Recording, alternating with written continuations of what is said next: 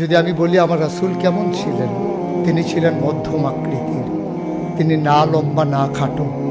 তিনি কখনো বা যখন হাজারো মানুষের সামনে দাঁড়াতেন, বিদায় হজের সময়ে 1,40,000 সাহাবা যখন ময়দানে, তিনি যখন আস্তে করে উঠে দাঁড়ালেন, ওনার চাইতে অনেক লম্বা লম্বা মানুষ থাকার পরেও অবাক বিস্ময়ে সবাই তাকিয়ে দেখলো সবার উপর দিয়ে যে মানুষটির মাথা মোবারক দেখা যায়, তিনি নবী মুহাম্মদুর রাসূলুল্লাহ সাল্লাল্লাহু আলাইহি ওয়াসাল্লাম। তিনি মধ্যম আকৃতির হওয়ার পরে সবার উপরে তার শির, সবার উপরে তার মাথা। সবাই অবাক বিস্ময়ে তাকিয়ে দেখলেন তার চুলগুলো হালকা হালকা কোঁকড়ানো।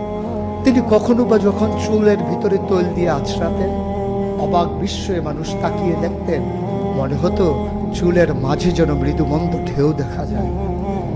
তার কপালটা ছিল চওড়া শুভ্র, তার চোখের ভ্রুগুলো ছিল দনুকের মতো বাঁকা, তার চোখগুলো ছিল টানা টানা ভাসা ভাসা, তার চোখের পাতাগুলো ছিল গোলাপের পাপড়ির মতো।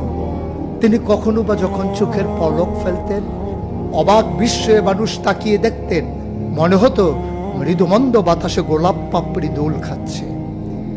তার চোখের সাদা অংশ ছিল রক্তিমাভ সাদা, কালো অংশ ছিল তার কৃষ্ণ কালো।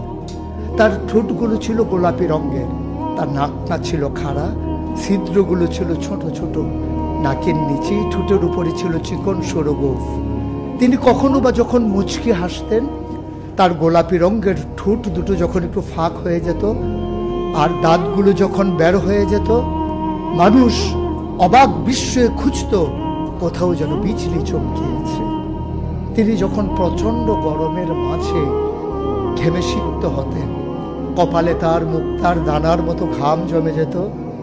তিনি যখন দৌড়ে দৌড়ে তার বিবিদের ঘরে যেতেন, আমাদের মায়েদের ঘরে, আল্লাহ রাসূল সাল্লাল্লাহু আলাইহি সাল্লাম ঘরে ঢোকার পরে মায়েরা দেখতেন কপালের মাঝে মুক্তার দানার মতো বিন্দু বিন্দু ঘাম জমে আছে।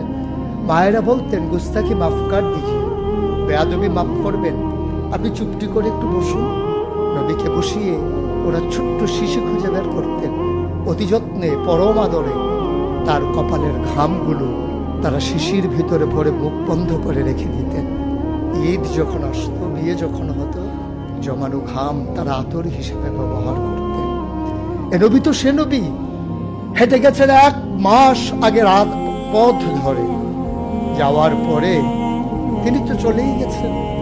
1 মাস পরে যখন আবার ওই পথ মারিয়ে কোনো এক সাহাবা যাচ্ছেন, স্থানীয় বাসিন্দা যারা রাস্তার কিনারে যাদের ঘর, তাদেরকে ডেকে বললেন, ভাইরা, এ পথ দিয়ে কি আমার নবী হেঁটে গেছে?